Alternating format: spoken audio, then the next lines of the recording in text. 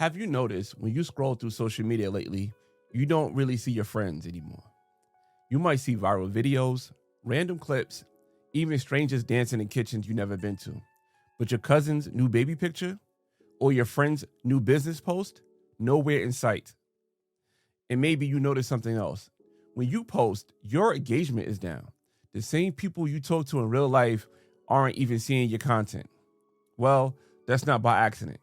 There's a reason why your friends and family have disappeared from your feed, and most people have no idea it's even happening. Back in 1992, TLC asked, "What about your friends?" In 2025, I'm asking the same question again, but this time, we're not just asking, we're answering it. Because the truth is, social media isn't showing you your friends anymore. It's showing you what they think you're interested in.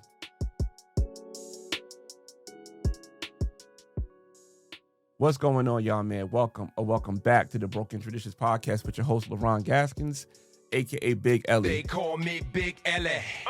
On this podcast, we like to discuss the digital incarceration, right? The fact that we are locked behind a cell, which is ironically, the phone is called a cell, how we lock into this cell and how we need to escape the digital incarceration. And we talk about different things with social media, phone overconsumption, and we also talk about the addiction that we have to our digital devices. Now, if that kind of content that you like, if that is a situation that you want to break away from, you're in the right place. Also, you can download my free workbook, The Digital Release. It's right there behind me. And my workbook is a 7-step program to help you get control of using your phone in a more productive manner, right? So if you guys are into that, check it out. I'll leave a link to it in the pinned comments on YouTube. If you guys are listening to this on Spotify, Apple Podcasts, or iHeartRadio, Amazon Podcasts, what have you, I'll also leave a link to it in the show notes. So you can click the link in the show notes as well. Also, you guys listen to me on those podcasts. Let me know how you feel about it, right? I get engagement on YouTube, but I'm not getting as much engagement on any other podcast. I see the listeners growing. I see the streams and downloads is catching up, but let me know how you guys feel about it. Leave a review, right? If you leave 5 stars, let me know what you love about it. If you leave less than 5 stars, let me know what I can improve on, and I'll work on that going forward, right? Because there's always room for improvement in life.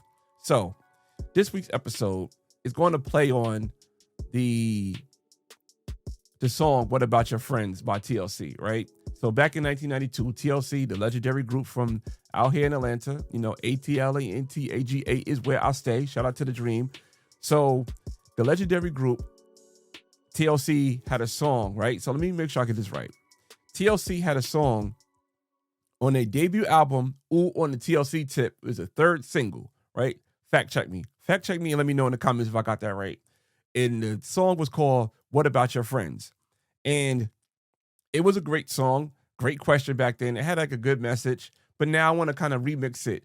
I want to remix it in 2025, asking, "What about your friends?" Because the social media apps that we're using, right? The big social media apps, Facebook, Instagram, TikTok, Threads, X, all those social media apps, they don't care about your friends. So what about your friends? You don't see your friends on these social media apps. I'm pretty sure I'm saying a statement and I'm saying it as a fact. You're not seeing your friends, right? And the reason why you're not seeing your friends, I'm going to explain a little bit later in this episode, but I want to tell you how we got to this episode. So I had conversations with 2 people last week, right? The first person was Jamel Harden, right? And I'm going to say these people full names because their full names are out there for public consumption, and you can find their names because of different various reasons, right? So Jamel Harden, right? A close friend of mine. Actually, I'm wearing one of his shirts, The Last Aviator. This is his brand. And we were talking about social media, and I said, he was like, it came up something that he don't see posts of people that he know.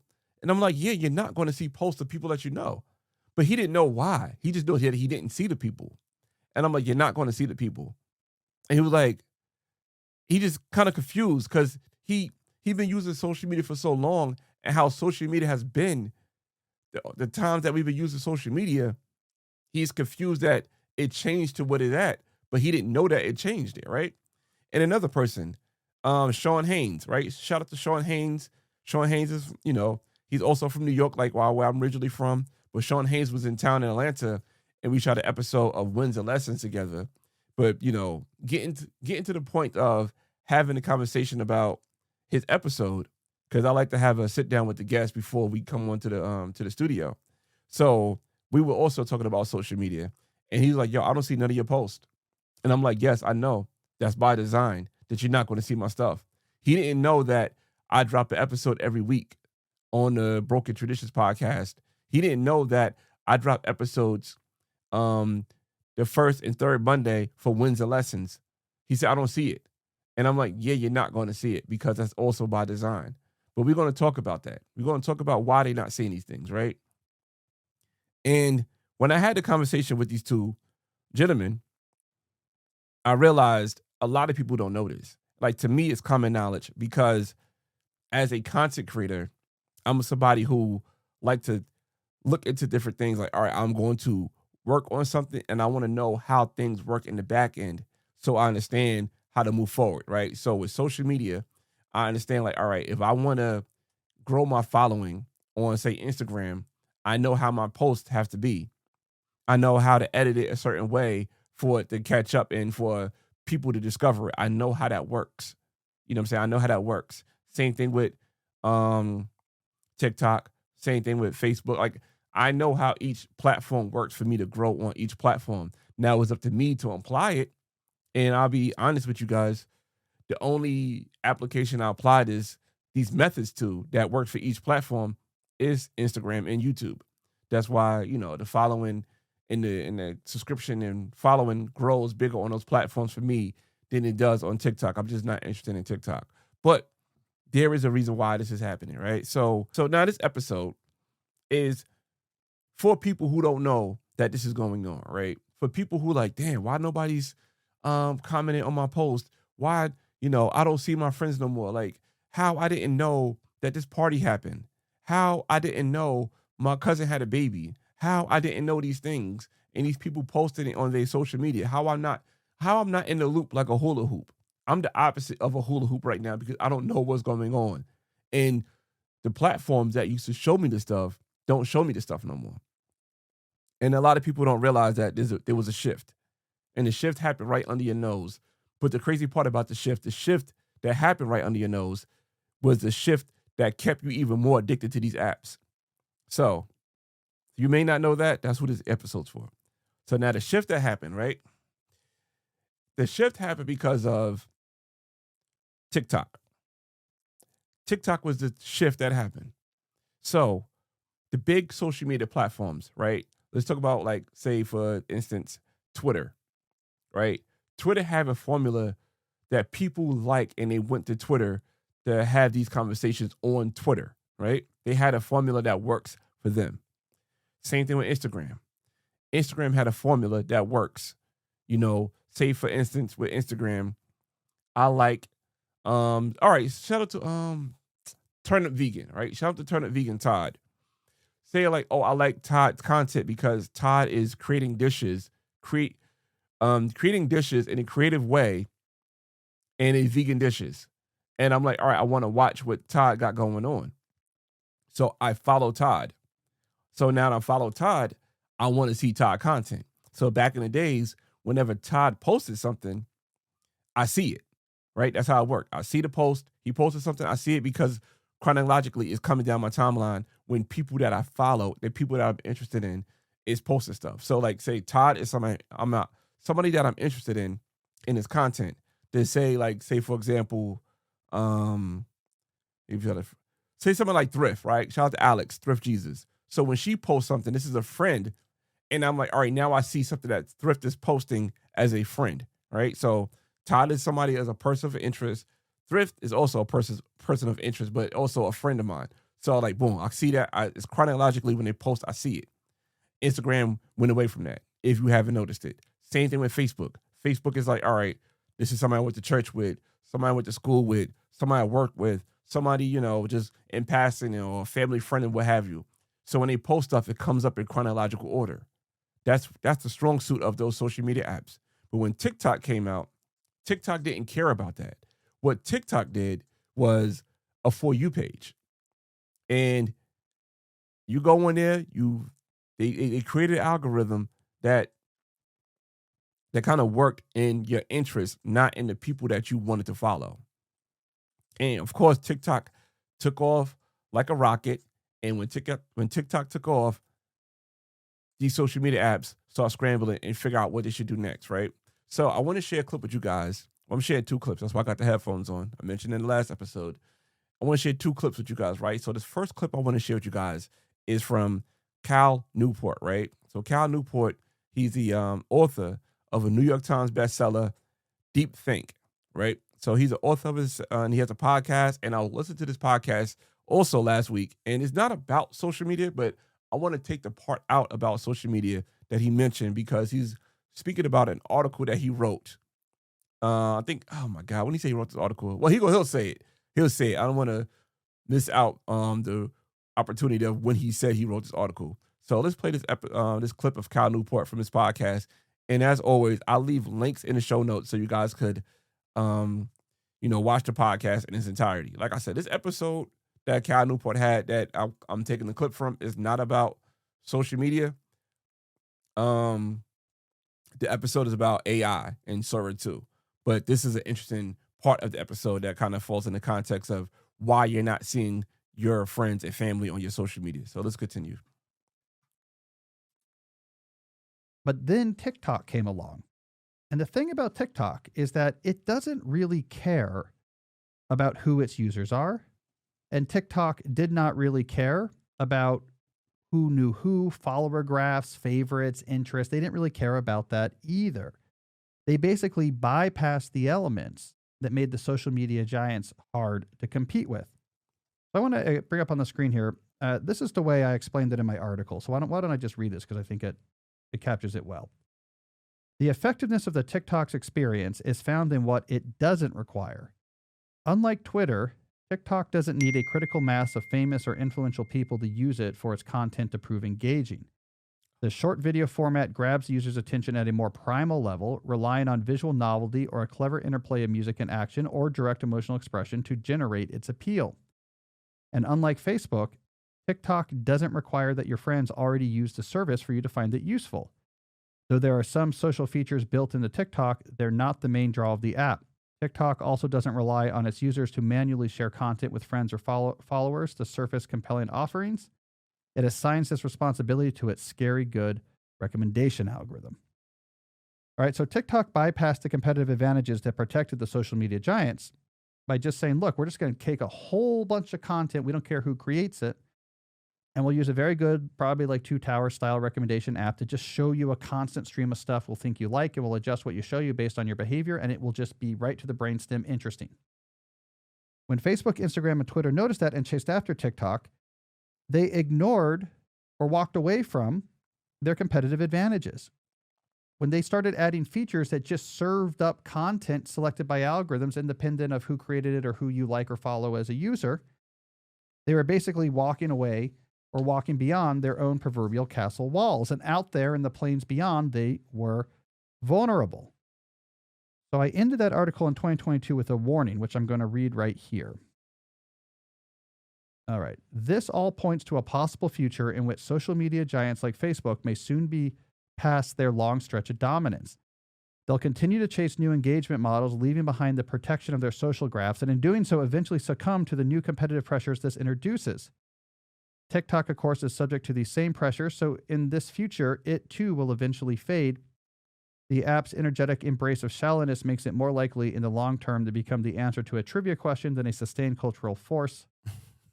In the wake churned by these sinkings will arise new entertainments and new models for distractions, but also innovative new apps and methods for expression and interaction. So basically what I'm saying here is all of social media was collapsing around the TikTok model, which was just pure engagement. And my argument here is if all you are offering to people is pure engagement, you are now competing with every other possible source of engagement that exists out there.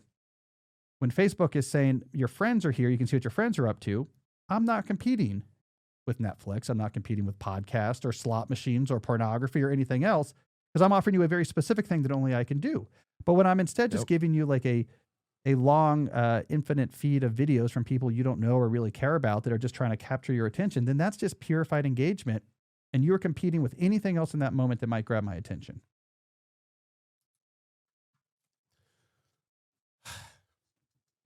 you seen that, you heard that. So Cal Newport basically broke it down how they all chasing what TikTok did, right? Like I said, I think it was a great podcast episode. Like I said, it's more about AI than it is about social media, but it was great. It was a great episode. So shout out to Cal Newport for that. But like I said, I'll leave a link in the show notes about that, right?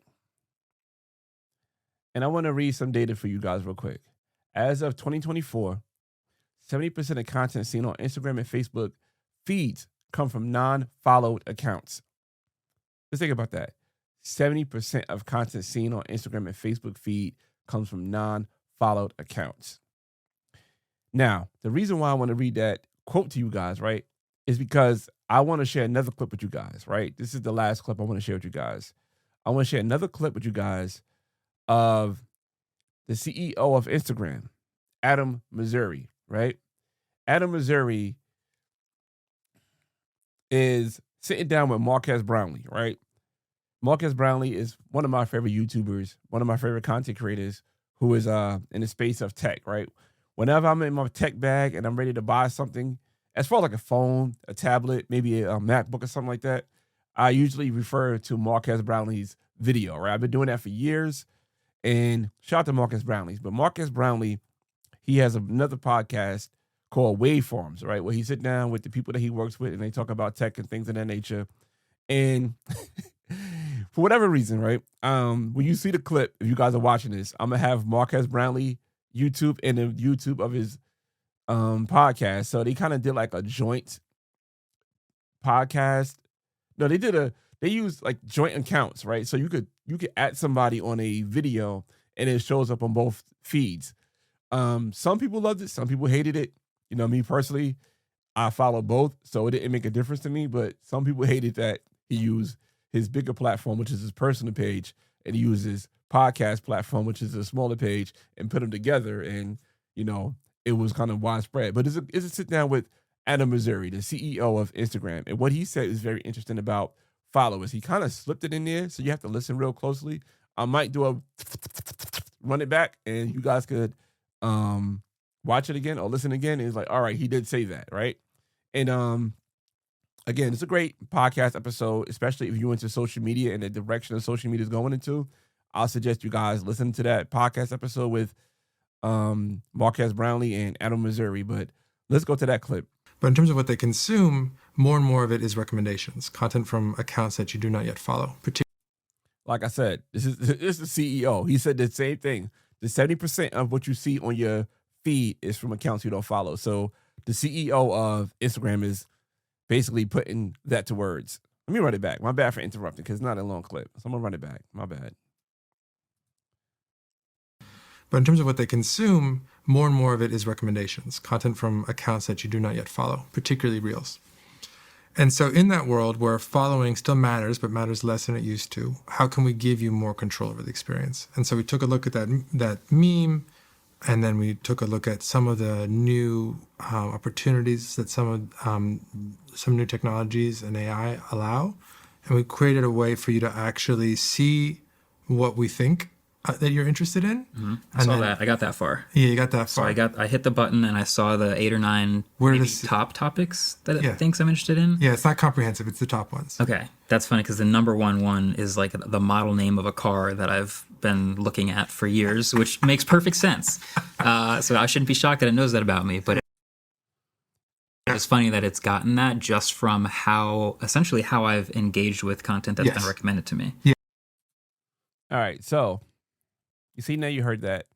Let me run it back just a bit, right? Because there was a very important thing that he slipped in there about followers, right? And I said, the reason why I say that because when it comes to somebody you're interested in, right? Like I mentioned Todd, the Turnip Vegan. Like I mentioned Alex, the Thrift Jesus.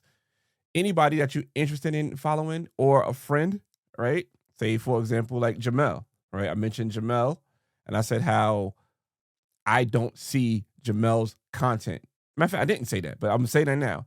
I didn't see Jamel's content. These are things I said on my podcast and other people's podcasts that for me to see the content that I want to see on my feed, I have to literally hit a star on it on Instagram, right? I have to hit a star so that person will come up in my feed, right? And there's a few people that I hit the stars for. So like I said, it was Jamel, Kofa, Jasmine. Shout out to Jasmine. There's a few people, right, that I just hit the star for so I could see that person's content because I'm interested in what that person got going on. Like these are friends, these are family, these are people that I rock with in real life. So Adam Missouri said the quiet part out loud, but he slipped it in there.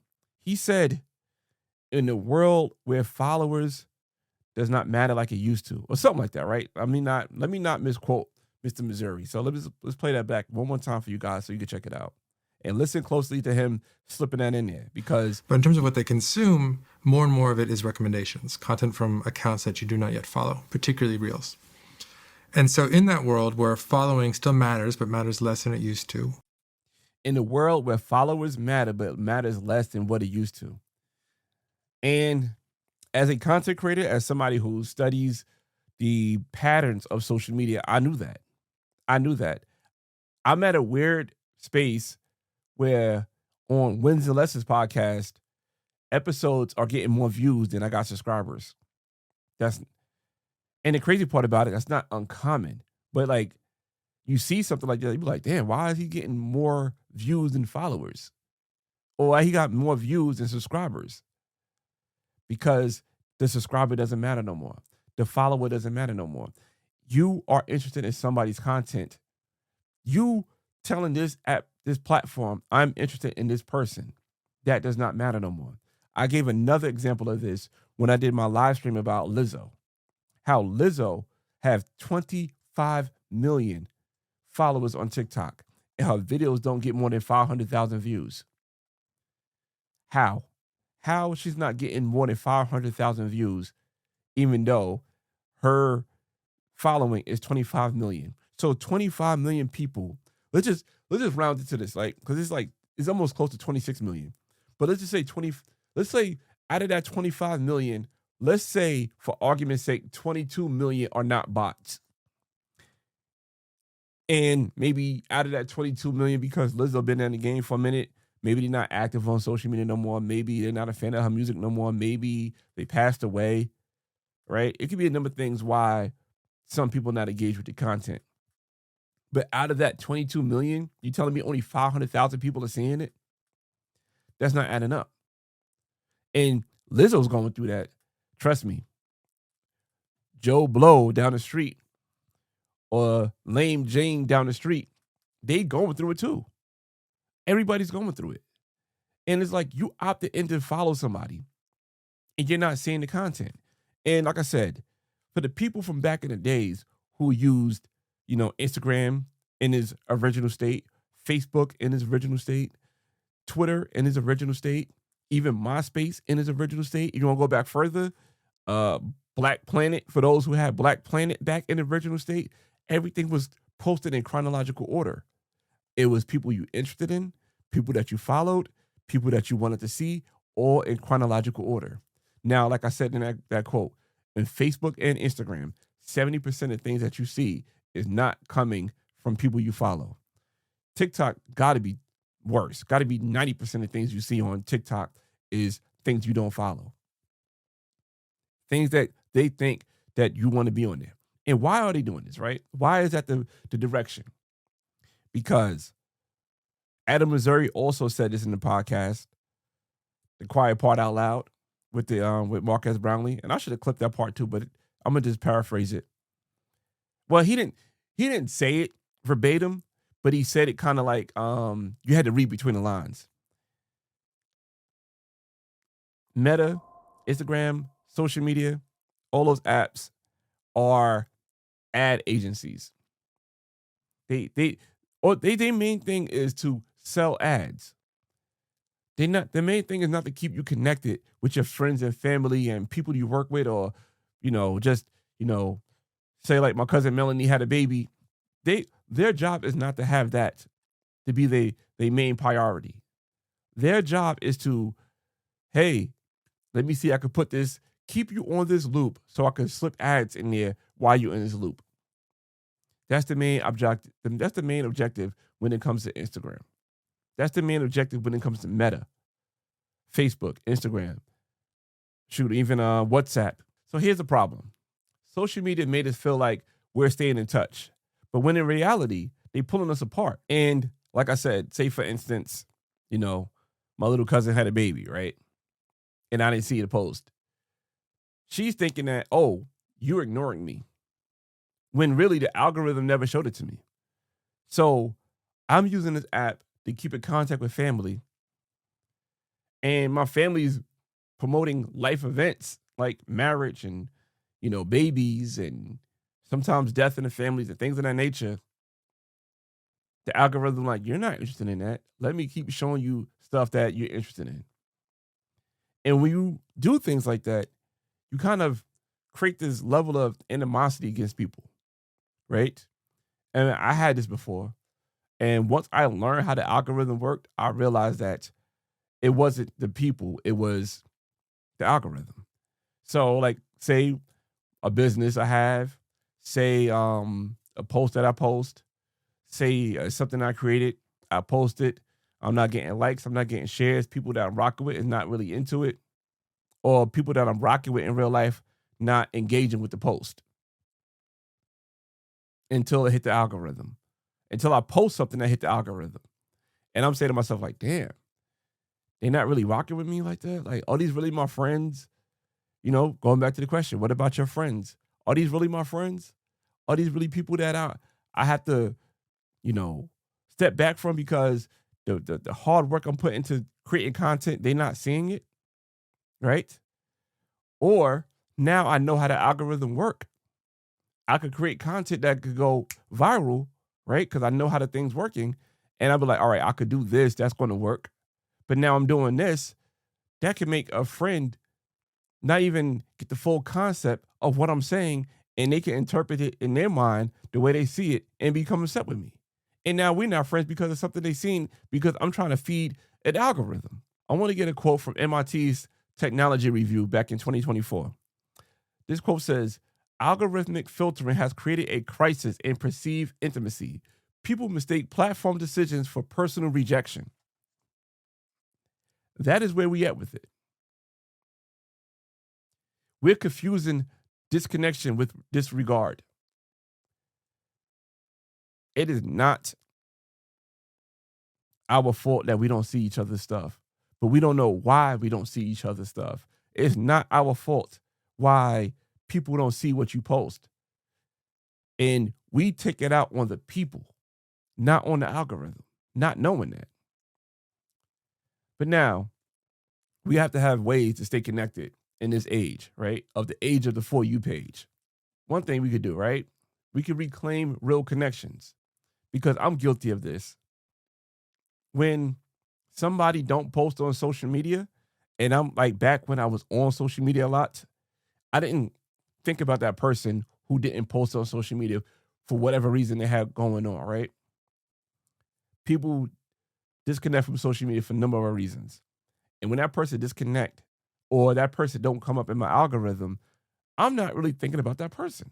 It's a thing I'm guilty of. And I'm glad I had to detach from social media because now I'm working on that. But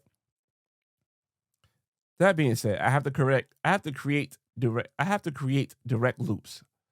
So like maybe a group chat, maybe a group text, you know what I'm saying? Maybe a shared photo album. I have to not to depend on social media to keep people up or keep up with people or people keeping up with me. I'm not going to depend on social media no more because that's no longer social media's priority. You know what I'm saying? Even with Broken Traditions, I started a newsletter so I could keep up with people who genuinely want to keep up with Broken Traditions. You know what I'm saying? This algorithm, it doesn't love you. The algorithm main objective is to keep you hooked onto the app. But the people you rock with, they love you. Another thing we could do, intentional engagement. Like I said, search for your friend's page manually and star that person's page so that person could come up chronologically in the order of when they post so you can see it. Not get buried in the algorithm graveyard. You know what I'm saying? So that's a little hack you could do. I did it. I did it with a number of people. I did it with a number of people I'm interested in. And I might have to do some more because there's some people that I'm thinking about in real time. Like, damn, I don't see this person post. And, as of right now, I'm recording this. I'm not on social media. I deleted social media from my phone. But for those who don't want to do something as extreme as 30 days deleting social media, pick one day a week to engage offline. A phone call, a visit, a FaceTime. And when you do that, don't include social media in the engagement. You know what I'm saying? A lot of times people will link up with you, but still be on their phone the whole time they link up with you. No, keep it offline for one day of the week. I'm not asking you to do 30 days like me. I'm not asking you to go live in the forest and be a nomad. I'm just saying one day a week, engage offline. So TLC asked a question in 1992, what about your friends? But now this is different in 2025. What about your friends? The truth is your friends are still there. You just have to look past the algorithm to find them.